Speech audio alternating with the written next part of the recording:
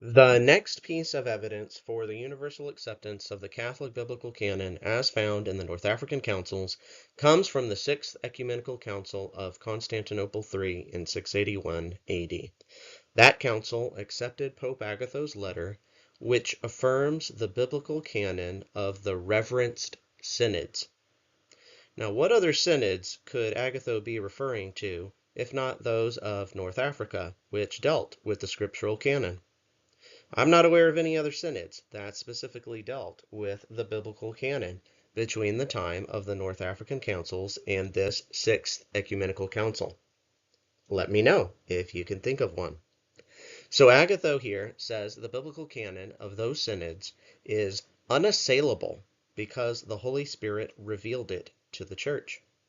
And because such is the case, there should be peace in the church rather than the scandal of disagreement, so that there can be one heart and one mind among all Christians. So, almost certainly, here we have a pope and a council affirming the scriptural canon of the North African synods. Agatho's letter can be found in both Greek and Latin. I've provided here the Latin version, which is substantially the same in its reference to the canon of the sacred scriptures of the venerable synods, through which the form of the truth has been set forth by us through the assistance of the Holy Spirit. Agatho here invites the Archbishop of Constantinople to join him in holding and preaching this canon so that there will be no scandal of dissension, and so that all Christians will be of one heart and of one mind.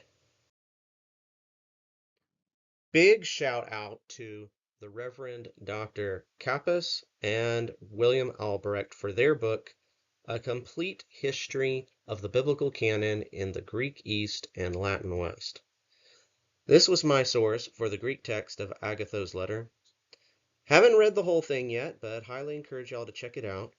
They also cover the rise to fame of Augustine in the East, which lends support to the African code possibly being circulated in the East even earlier than 550 AD, potentially even at the ecumenical councils of Ephesus, Chalcedon, and Constantinople too.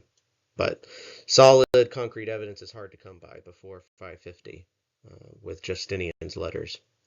This book will also delve into how the East wandered away from this early consensus on the canon. Here is the language by which the Eastern Council of Trullo accepted all the canons, including the biblical canon, of the Council of Carthage, which is listed among various other councils, including and alongside ecumenical ones like Nicaea, Ephesus, and Chalcedon. It reads, "But we set our seal likewise upon all the whole other holy canons, set forth by our holy and blessed fathers." And then it goes on to list various councils and synods, including Carthage. From Protestant historians also, we learn that the North African Code received quasi-ecumenical authority through the acceptance of its canons by the Seventh Ecumenical Council, Nicaea II, in 787 AD.